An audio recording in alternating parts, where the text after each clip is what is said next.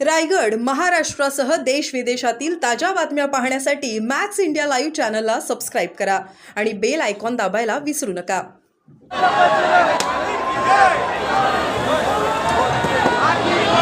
गोयल साहेबांनी कंटेंट बोललेली आहे आणि निश्चितच महापालिकेवर महायुतीचा टंका त्या ठिकाणी वाजल्याशिवाय राहणार नाही याची आम्हाला पूर्ण खात्री आहे. कारण की आमचं जे अतिशय प्रभावशाली आणि जनतेमध्ये मिसळून काम करणारा नेतृत्व पाहिलेला नाहीये. आपण खूप भाग्यवान आहोत की आपल्या उत्तर मुंबईला इतके पॉवरफुल खासदार आज देशामध्ये केंद्रीय मंत्री आहेत ते आणि सर्वात पॉवरफुल लीडर, जगातला पॉवरफुल लीडर म्हणून त्यांची आज ओळख आहे. त्याचबरोबर आज गोयल साहेबांनी आपल्या देशामध्ये अनेक उद्योग हे तरुणांसाठी आणलेले आहेत, अनेक उपक्रम हे तरुणांसाठी राबवत आहेत. मी गोयल साहेब आपला मनापासून या ठिकाणी धन्यवाद देतो. तुमच्या आशीर्वादाने गोयल साहेब आम्ही आज आमदार आहोत.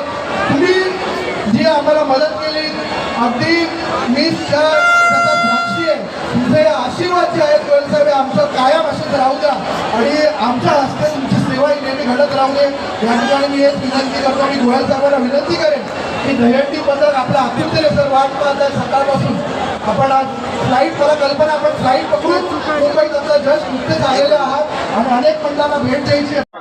उत्साहामध्ये गोविंदा पथक सगळे आलेले आहेत. भारत की आस्था, भारत की शक्ति और भगवान कृष्ण के आशीर्वाद के एक प्रतीक के रूप में दही हंडी का कार्यक्रम बड़े जोश के साथ, बड़े उत्साह के साथ देश भर में मनाया जाता है. मुंबई और महाराष्ट्र में तो इसका विशेष महत्व है. मैं समझता हूँ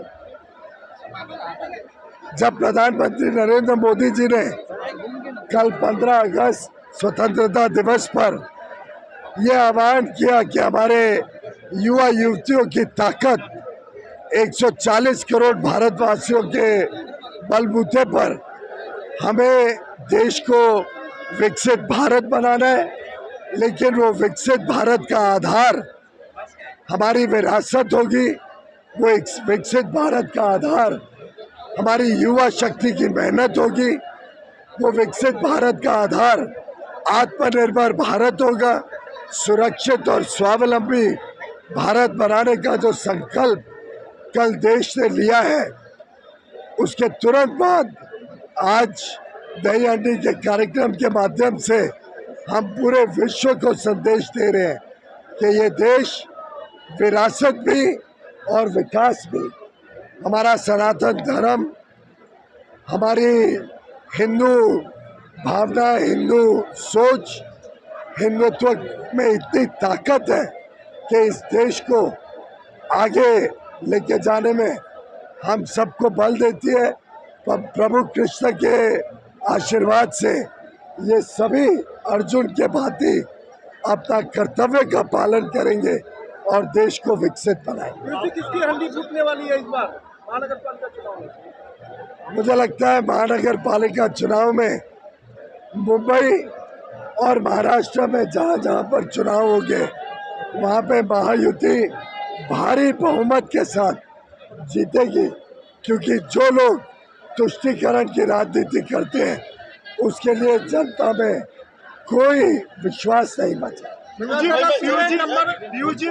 का सम्मान जो है यहाँ पे हुआ था दिखाया जा रहा है, क्योंकि आपको भी महिला ने अभी जो सलामी दी है, डबल प्राइज देके महिला का सम्मान किया जा रहा है. लाड़की बहन के बाद में लाड़की दही हंडी पथक दिख रही है. प्रधानमंत्री मोदी जी ने 2014 में जब देश की कमान संभाला, प्रधानमंत्री बने, तभी से इस बात पर बल दिया कि हमारी बेटियों को पढ़ाया जाए जिससे वो आगे बढ़े, हमारी बहनों के लिए अवसर दिए जाए और महिलाओं के सशक्तिकरण को पिछले 11 वर्षों में प्रधानमंत्री मोदी जी की सरकार ने और हमारी विभिन्न राज्य सरकारों ने प्राथमिकता दी है.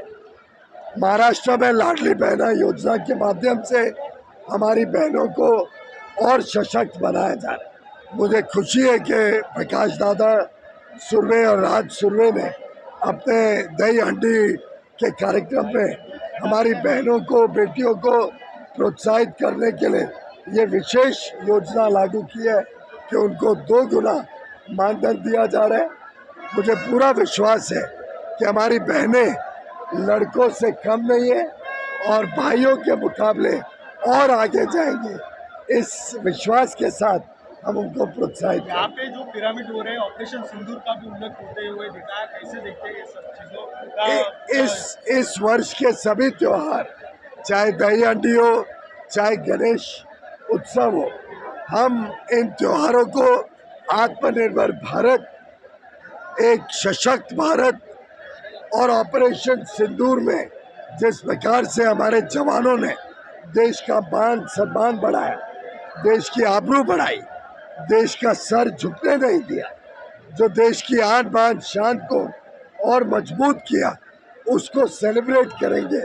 और ऑपरेशन सिंदूर के थीम के ऊपर, आत्मनिर्भर भारत के थीम के ऊपर, मेक इन इंडिया के थीम पर और सुदर्शन चक्र की तरह एक रक्षा कवच के थीम पर इस वर्ष के सभी त्योहार मनाए जाए। दूसरी तरफ यहाँ पे स्वदेशी का भी दिखाई दे रहा है, स्वदेशी देखिल दिखाई दे रहा है सब जगह पे। यहाँ पे भी पूरा जो सामान लगा गया है, स्वदेशी का नारा है, ऐसा बोलने का। प्रधानमंत्री मोदी जी ने देश को आह्वान किया है कि हमने सब ने स्वदेशी पदार्थों का इस्तेमाल करना चाहिए। लाखों करोड़ों लोगों को इससे रोजगार मिलेगा और ये जो गुलामी की मानसिकता की सोच है, ये जो विदेशी वस्तुओं का आकर्षण है, अब हमने सब ने इसको ध्वस्त करना है, समाप्त करना है। स्वदेशी चीज़ों पर हमारे विश्वास को बढ़ाना है, जिससे लाखों करोड़ों हमारे कारीगर हों, हमारे हस्तशिल्प के लोग हों, हमारे युवा